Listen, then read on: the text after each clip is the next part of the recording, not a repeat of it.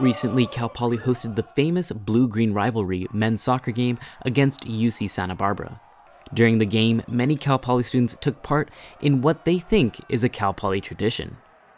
Against Spanos Stadium policy, fans snuck in tortillas in order to throw them onto the field while playing Cal Poly's rival, the Gauchos. Fans reveled in being part of the excited crowd of 11,000, and many found little harm in the act of throwing tortillas. I don't know why they do it. If people want to have fun, they should be allowed to have fun. It's a great tradition, to be honest. It's a free country. But Miller Event Management security guard Charles Harlan says he did not enjoy working the event because of how the Cal Poly student section was behaving at the game. I've had a terrible time at Cal Poly due to the people being rude, and they don't want to give up their tortillas even though throwing tortillas at people is racist. Since UCSB's mascot is the Gauchos, a Spanish word for the equivalent of an Argentinian cowboy, the fact that a popular Latin American food is being thrown during the game has given pause to some students for its racial implications. Despite common belief that it's a Cal Poly tradition, Director of Athletics Don Oberhillman says that throwing tortillas is actually UCSB's tradition. Within the last decade, Cal Poly students have adopted throwing tortillas as their own, something Oberhillman says is detrimental to the game since Cal Poly students are throwing tortillas directly at the players on the field, which game officials note is a playing hazard.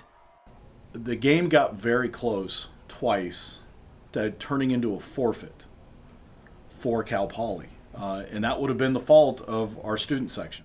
Along with tortillas, fans were caught throwing reusable water bottles and trash onto the field, after which security would then escort the throwers out. According to Oberhillman, the event security had their hands full trying to keep the student section safe, since the amount of security guards was lower than prior years, and included members from Miller Event Security, SLO PD, the Sheriff's Office, UPD, and Men's Colony Guards. According to event staff, many students were escorted out of the stadium, and 3 fans were even arrested for disorderly conduct during the game.